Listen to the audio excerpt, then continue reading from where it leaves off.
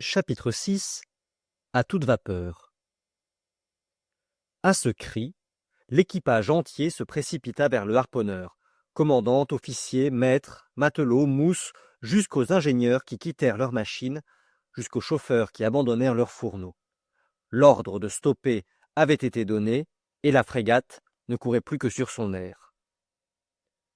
L'obscurité était profonde alors, et quelque bons que fussent les yeux du Canadien, je me demandais comment il avait vu et ce qu'il avait pu voir. Mon cœur battait à se rompre. Mais Ned Land ne s'était pas trompé, et tous nous aperçûmes l'objet qu'il indiquait de la main. À 2 encablures de l'Abraham Lincoln et de sa hanche de tribord, la mer semblait être illuminée par-dessous. Ce n'était point un simple phénomène de phosphorescence, et l'on ne pouvait s'y tromper. Le monstre, immergé à quelques toises de la surface des eaux, projetait cet éclat très intense mais inexplicable que mentionnaient les rapports de plusieurs capitaines. Cette magnifique irradiation devait être produite par un agent d'une grande puissance éclairante. La partie lumineuse décrivait sur la mer un immense ovale très allongé, au centre duquel se condensait un foyer ardent dont l'insoutenable éclat s'éteignait par dégradations successives. « Ce n'est qu'une agglomération de molécules phosphorescentes !» s'écria l'un des officiers. « Non, monsieur, » répliquai-je avec conviction. « Jamais les Pholades et les Salpes ne produisent une si puissante lumière. Cet éclat est de nature essentiellement électrique. D'ailleurs, voyez, il se déplace, il se meut en avant, en arrière, il s'élance sur nous. » Un cri général s'éleva de la frégate. « Silence !» dit le commandant Farragut. « La barre au vent, toute, machine en arrière !» Les matelots se précipitèrent à la barre, les ingénieurs à leurs machines. La vapeur fut immédiatement renversée et l'Abraham Lincoln, abattant sur bâbord, décrivit un demi-cercle. « La barre droite, machine en avant !» cria le commandant Farragut. Ces ordres furent exécutés et la frégate s'éloigna rapidement du foyer lumineux. Je me trompe, elle voulut s'éloigner. Mais le surnaturel animal se rapprocha avec une vitesse double de la sienne. Nous étions haletants. La stupéfaction, bien plus que la crainte, nous tenait muets et immobiles. L'animal nous gagnait en se jouant. Il fit le tour de la frégate qui filait alors 14 nœuds et l'enveloppa de ses nappes électriques comme d'une poussière lumineuse. Puis il s'éloigna de 2 ou 3 milles, laissant une traînée phosphorescente comparable au tourbillon de vapeur que jette en arrière la locomotive d'un express. Tout d'un coup, des obscures limites de l'horizon où il alla prendre son élan, le monstre fonça subitement vers l'Abraham Lincoln avec une effrayante rapidité, s'arrêta brusquement à 20 pieds de ses précintes, s'éteignit, non pas en s'abîmant sous les eaux, puisque son éclat ne subit aucune dégradation, mais soudainement, et comme si la source de son brillant effluve se fût subitement tarie. Puis, il reparut de l'autre côté du navire, soit qu'il l'eût tourné, soit qu'il eût glissé sous sa coque. À chaque instant, une collision pouvait se produire, qui nous eût été fatale. Cependant, je m'étonnais des manœuvres de ma frégate. Elle fuyait et n'attaquait pas. Elle était poursuivie, elle qui devait poursuivre, et j'en fis l'observation au commandant Farragut. Sa figure, d'ordinaire si impassible, était empreinte d'un indéfinissable étonnement. « Monsieur Aronnax, me répondit-il, je ne sais à quel être formidable j'ai affaire, et je ne veux pas risquer imprudemment ma frégate au milieu de cette obscurité. D'ailleurs, comment attaquer l'inconnu? Comment s'en défendre? Attendons le jour et les rôles changeront. » Vous n'avez plus de doute, commandant, sur la nature de l'animal? Non, monsieur. C'est évidemment un narval gigantesque, mais aussi un narval électrique. Peut-être, ajoutai-je, ne peut-on pas plus l'approcher qu'une gymnote ou qu'une torpille? En effet, répondit le commandant, et s'il possède en lui une puissance foudroyante, c'est à coup sûr le plus terrible animal qui soit jamais sorti de la main du Créateur. C'est pourquoi, monsieur, je me tiendrai sur mes gardes. Tout l'équipage resta sur pied pendant la nuit. Personne ne songea à dormir. L'Abraham Lincoln, ne pouvant lutter de vitesse, avait modéré sa marche et se tenait sous petite vapeur. De son côté, le narval, imitant la frégate, se laissait bercer au gré des lames et semblait décidé à ne point abandonner le théâtre de la lutte. Vers minuit cependant, il disparut, ou pour employer une expression plus juste, il s'éteignit, comme un gros ver luisant. Avait-il fui? Il fallait le craindre, non pas l'espérer. Mais à 1h moins 7 minutes du matin, un sifflement assourdissant se fit entendre, semblable à celui que produit une colonne d'eau chassée avec une extrême violence. Le commandant Farragut, Ned Land et moi, nous étions alors sur la dunette, jetant d'avides regards à travers les profondes ténèbres. « Ned Land, demanda le commandant, vous avez souvent entendu rugir des baleines ? Souvent, monsieur, mais jamais de pareilles baleines dont la vue m'ait rapporté 2000 $. En effet, vous avez droit à la prime. Mais dites-moi, ce bruit n'est-il pas celui que font les cétacés rejetant l'eau par leurs évents? Le même bruit, monsieur, mais celui-ci est incomparablement plus fort. Aussi ne peut-on s'y tromper. C'est bien un cétacé qui se tient là dans nos eaux. Avec votre permission, monsieur, ajouta le harponneur, nous lui dirons demain 2 mots au lever du jour. S'il est d'humeur à vous entendre, maître Land, répondis-je d'un ton peu convaincu. Que je l'approche, à 4 longueurs de harpon, riposta le Canadien, et il faudra bien qu'il m'écoute. Mais pour l'approcher, reprit le commandant, je devrais mettre une baleinière à votre disposition. Sans doute, monsieur. Ce sera jouer la vie de mes hommes. Et la mienne, répondit simplement le harponneur. Vers 2 heures du matin, le foyer lumineux reparut, non moins intense, à 5 milles au vent de l'Abraham Lincoln. Malgré la distance, malgré le bruit du vent et de la mer, on entendait distinctement les formidables battements de queue de l'animal et jusqu'à sa respiration haletante. Il semblait qu'au moment où l'énorme narwal venait respirer à la surface de l'océan, l'air s'engouffrait dans ses poumons comme fait la vapeur dans les vastes cylindres d'une machine de 2000 chevaux. Pensai-je, une baleine qui aurait la force d'un régiment de cavalerie, ce serait une jolie baleine. On resta sur le qui-vive jusqu'au jour, et l'on se prépara au combat. Les engins de pêche furent disposés le long des bastingages, le second fit charger ses espingoles qui lancent un harpon à une distance de 1 mille, et de longues canardières à balles explosives dont la blessure est mortelle même aux plus puissants animaux. Ned Land s'était contenté d'affûter son harpon, arme terrible dans sa main. À 6 heures, l'aube commença à poindre, et avec les premières lueurs de l'aurore disparut l'éclat électrique du narwal. À 7 heures, le jour était suffisamment fait, mais une brume matinale très épaisse rétrécissait l'horizon et les meilleures lorgnettes ne pouvaient la percer. De là, désappointement et colère. Je me hissai jusqu'au bar d'artimon. Quelques officiers s'étaient déjà perchés à la tête des mâts. À 8 heures, la brume roula lourdement sur les flots et ses grosses volutes se levèrent peu à peu. L'horizon s'élargissait et se purifiait à la fois. Soudain, et comme la veille, la voix de Ned Land se fit entendre. « La chose en question, par bâbord, derrière !» cria le harponneur. Tous les regards se dirigèrent vers le point indiqué. Là, à 1 mille et demi de la frégate, un long corps noirâtre émergeait d'1 mètre au-dessus des flots. Sa queue, violemment agitée, produisait un remous considérable. Jamais appareil caudal ne battit la mer avec une telle puissance. Un immense sillage, d'une blancheur éclatante, marquait le passage de l'animal et décrivait une courbe allongée. La frégate s'approcha du cétacé. Je l'examinai en toute liberté d'esprit. Les rapports du Shannon et de l'Helvetia avaient un peu exagéré ses dimensions, et j'estimais sa longueur à 250 pieds seulement. Quant à sa grosseur, je ne pouvais que difficilement l'apprécier, mais en somme, l'animal me parut être admirablement proportionné dans ses 3 dimensions. Pendant que j'observais cet être phénoménal, 2 jets de vapeur et d'eau s'élancèrent de ses évents et montèrent à une hauteur de 40 mètres, ce qui me fixa sur son mode de respiration. J'en conclus définitivement qu'il appartenait à l'embranchement des vertébrés, classe des mammifères, sous-classe des monodelphiens, groupe des pisciformes, ordre des cétacés, famille...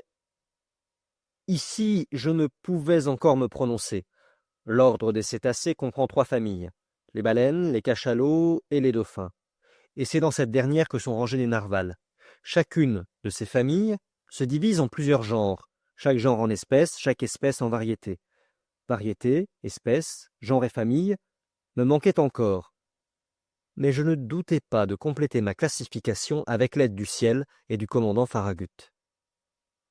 L'équipage attendait impatiemment les ordres de son chef. Celui-ci, après avoir attentivement observé l'animal, fit appeler l'ingénieur. L'ingénieur accourut. « Monsieur, dit le commandant, vous avez de la pression ? » ?»« Oui, monsieur, répondit l'ingénieur. « Bien, forcez vos feux, et à toute vapeur. » 3 hurrahs accueillirent cet ordre. L'heure de la lutte avait sonné. Quelques instants après, les 2 cheminées de la frégate vomissaient des torrents de fumée noire et le pont frémissait sous le tremblotement des chaudières. L'Abraham Lincoln, chassé en avant par sa puissante hélice, se dirigea droit sur l'animal. Celui-ci le laissa indifféremment s'approcher à une demi-encablure. Puis, dédaignant de plonger, il prit une petite allure de fuite et se contenta de maintenir sa distance. Cette poursuite se prolongea pendant 3/4 d'heure environ, sans que la frégate gagnât 2 toises sur le cétacé. Il était donc évident qu'à marcher ainsi, on ne l'atteindrait jamais. Le commandant Farragut tordait avec rage l'épaisse touffe de poils qui foisonnait sous son menton. « Ned Land » cria-t-il. Le Canadien vint à l'ordre. « Eh bien, maître Land, » demanda le commandant, « me conseillez-vous encore de mettre mes embarcations à la mer ?»« Non, monsieur, » répondit Ned Land, « car cette bête-là ne se laissera prendre que si elle le veut bien. »« Que faire alors ?»« Forcer de vapeur si vous pouvez, monsieur. Pour moi, avec votre permission, on s'entend, je vais m'installer sur les sous-barbes de Beaupré, et si nous arrivons à longueur de harpon, je harponne. »« Allez, Ned, » répondit le commandant Farragut. « Ingénieur, cria-t-il, faites monter la pression. » Ned Land se rendit à son poste. Les feux furent plus activement poussés. L'hélice donna 43 tours à la minute et la vapeur fusa par les soupapes. Le loch jeté, on constata que l'Abraham Lincoln marchait à raison de 18 5 dixièmes à l'heure. Mais le maudit animal filait aussi avec une vitesse de 18 5 dixièmes. Pendant 1 heure encore, la frégate se maintint sous cette allure sans gagner une toise. C'était humiliant pour l'un des plus rapides marcheurs de la marine américaine. Une sourde colère courait parmi l'équipage. Les matelots injuriaient le monstre, qui d'ailleurs dédaignait de leur répondre. Le commandant Farragut ne se contentait plus de tordre sa barbiche, il la mordait. L'ingénieur fut encore une fois appelé. « Vous avez atteint votre maximum de pression ?» lui demanda le commandant. « Oui, monsieur, » répondit l'ingénieur. « Et vos soupapes sont chargées à 6 atmosphères et demie. »« Chargez-les à 10 atmosphères !» Voilà un ordre américain s'il en fut. On n'eût pas mieux fait sur le Mississippi pour distancer une concurrence. « Conseil, dis-je à mon brave serviteur qui se trouvait près de moi. Sais-tu bien que nous allons probablement sauter ? » « Comme il plaira à monsieur, » répondit Conseil. « Eh bien, je l'avouerai, cette chance, il ne me déplaisait pas de la risquer. » Les soupapes furent chargées. Le charbon s'engouffra dans les fourneaux. Les ventilateurs envoyèrent des torrents d'air sur les brasiers. La rapidité de l'Abraham Lincoln s'accrut. Ses mâts tremblaient jusque dans leurs emplantures, et les tourbillons de fumée pouvaient à peine trouver passage par les cheminées trop étroites. On jeta le loch une seconde fois. « Eh bien, timonier ?»